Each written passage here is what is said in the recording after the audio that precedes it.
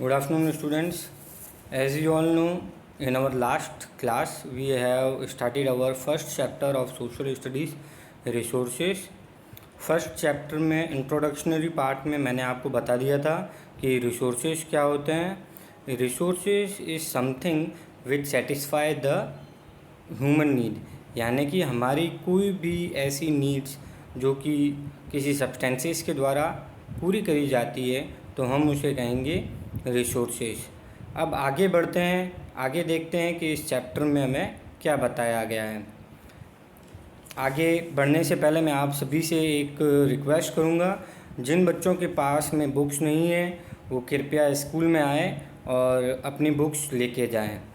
Books सवेरे 7:30 से 1 बजे तक आपको लाइब्रेरियन बंसीलाल जी सोनी के द्वारा दी जाएगी।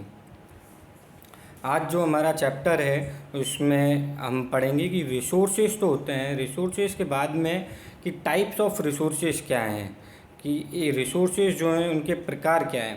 तो इसलिए मैं वापस से आपको लेके जाता हूँ हमारे लेसन की तरफ। रिसोर्सेज जब कल हमने पढ़ लिया था, कल पढ़ते समय हमने ये देखा था कि रिसोर्सेज क्या होते हैं। रिसोर्सेज के बारे में हमने देखा था कि रिसोर्सेज वो सब चीज़ें जो हमारी एक नीड पूरी करते हैं। आज हम पढ़ेंगे टाइप्स ऑफ रिसोर्सेज, कि भैया टाइप्स ऑफ रिसोर्सेज क्या हैं। Types of resources, all natural resources जो हैं वो एक टाइप में ही आते हैं। रिसोर्सेज के 3 टाइप्स होते हैं। नेचुरल रिसोर्सेज, जैसे कि नाम बता रहा है नेचर, जो भी चीज़ें हमें नेचर से प्राप्त होती है। सेकंड, ह्यूमन मोड रिसोर्सेज, वो सब चीज़ें जो ह्यूमन के द्वारा बनाई जाती है उसे हम कहेंगे human resource, human made resources. Third part जो कि सबसे इम्पॉर्टेंट है, ह्यूमन रिसोर्सेज, जैसे कि नाम बता रहा है कि ह्यूमन, यानी कि वो जो इंसान है वो भी एक प्रकार का रिसोर्सेज है। देखिए, एक कंप्यूटर है लेकिन उस कंप्यूटर को चलाने के लिए हमको एक अक्लमंद आदमी की ज़रूरत पड़ती है। इस कारण से हम कह सकते हैं कि जो ह्यूमन भी है वो एक प्रकार का रिसोर्सेज है। रिसोर्सेज में टाइप्स में अब हम डिटेल्स में एक एक करके पढ़ते हैं। सबसे पहले नेचुरल रिसोर्सेज।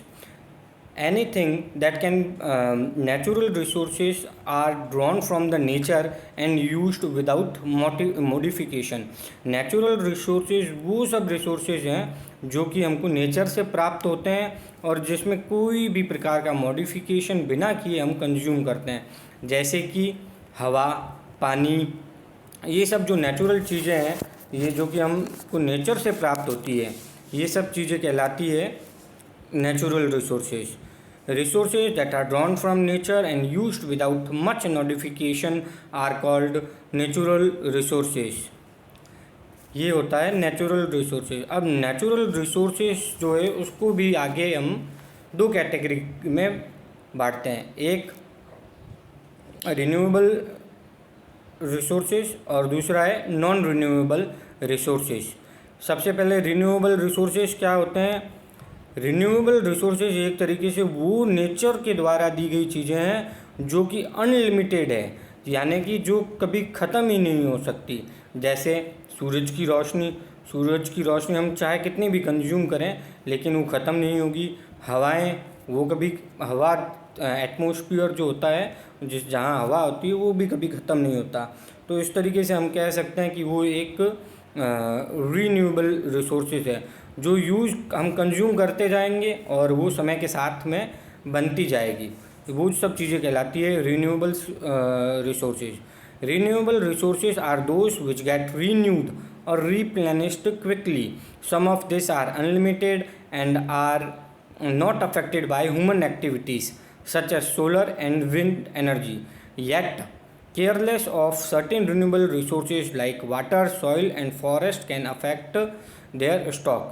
जैसे हम कह रहे थे कि रिन्यूएबल रिसोर्सेज जो हैं वो अनलिमिटेड होते हैं, लेकिन फिर भी अगर हम उन चीज़ों का अच्छी तरीके से यूज़ नहीं करेंगे, जैसे कि फॉरेस्ट जो डिफॉरेस्टेशन होता है, जंगल काटे जा रहे हैं, तो इन चीज़ों से हमको भारी नुकसान उठाना पड़ सकता है।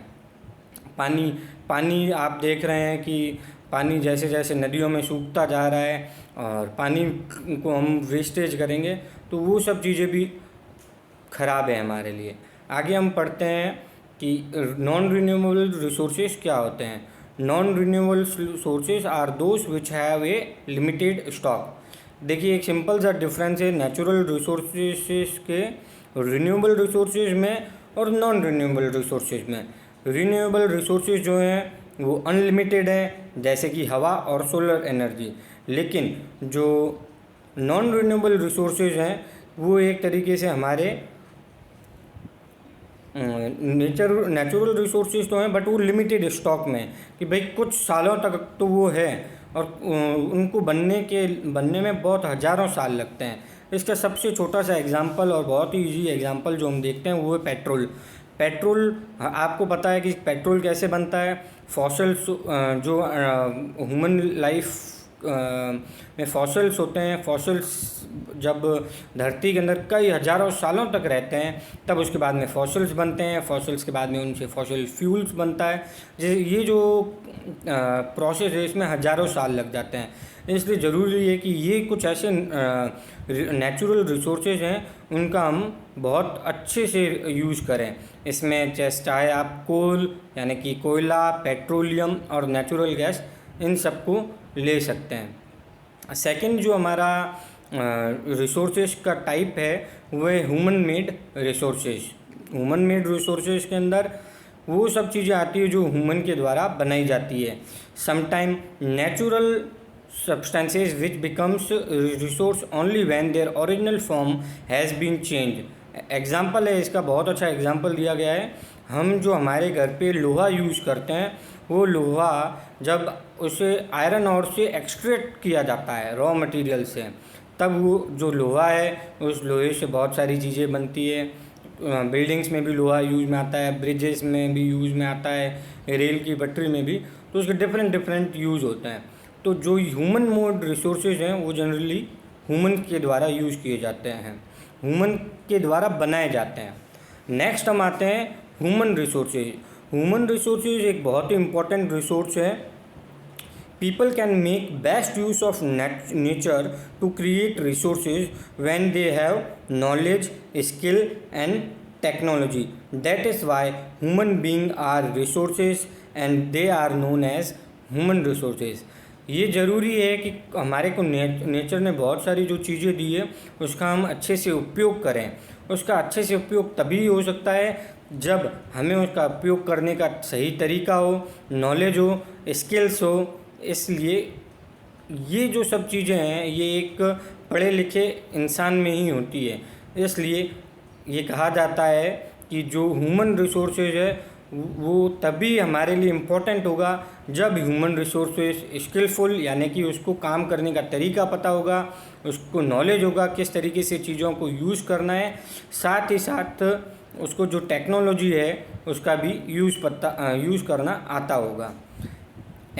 अभी इस सेकंड पार्ट में हम पढ़ रहे हैं education with the help in making people a valuable resources, improving the quality of people's skill so they are able to create more resources is known as human resources development.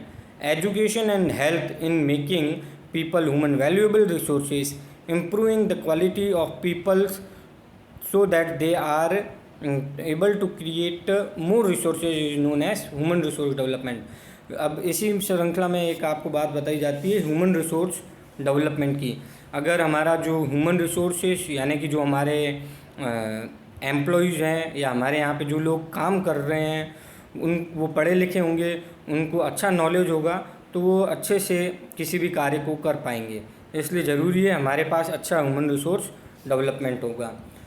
अब जैसे कि मैंने आप सभी को वादा किया था कि हम प्रतिदिन ज़्यादा नहीं पढ़ेंगे, ज़्यादा समय नहीं लूँगा आपका, केवल हम 10 मिनट ही पढ़ेंगे और इसी के साथ आज की क्लास भी मैं समाप्त करता हूँ। उससे पहले छोटा सा हम एक रिवीजन कर लेते हैं। हमने पढ़ा रिसोर्सेज, चैप्टर का नाम रिसोर्सेज है। रिसोर्सेज का मतलब होता है कोई भी स्रोत, जो भी चीज़ें हम यूज़ कर रहे हैं वो सब रिसोर्सेज हैं। अब रिसोर्सेज के पार्ट हैं natural resources, human made resources और ह्यूमन रिसोर्सेज। नेचुरल रिसोर्सेज वो सब चीज़ें जो हमें नेचर से प्राप्त होती है। ह्यूमन मेड रिसोर्सेज वो चीज़ें जो ह्यूमन के द्वारा बनाई जाती है। और लास्ट ह्यूमन रिसोर्सेज यानी कि हम खुद भी एक रिसोर्सेज हैं, क्योंकि अगर हमारे पास अच्छा नॉलेज होगा, हम अगर स्किलफुल होंगे, हमको चीज़ों के बारे में अच्छा नॉलेज होगा, तभी हम किसी भी नेचुरल रिसोर्सेज का अच्छी तरीके से उपयोग कर सकते हैं। आशा करता हूँ कि आप सभी ने ये क्लास अटेंड करी होगी। आगे कल लास्ट जो ये चैप्टर है, चैप्टर का लास्ट पार्ट है, वो हम ख़त्म कर देंगे और क्वेश्चन आंसर भी डिस्कस करेंगे। सो मैं आप सभी से once again I request to all of you that just come to our school and get the books from our schools. And yes, most importantly, come to school, maintain social distance, use mask. Thank you, take care.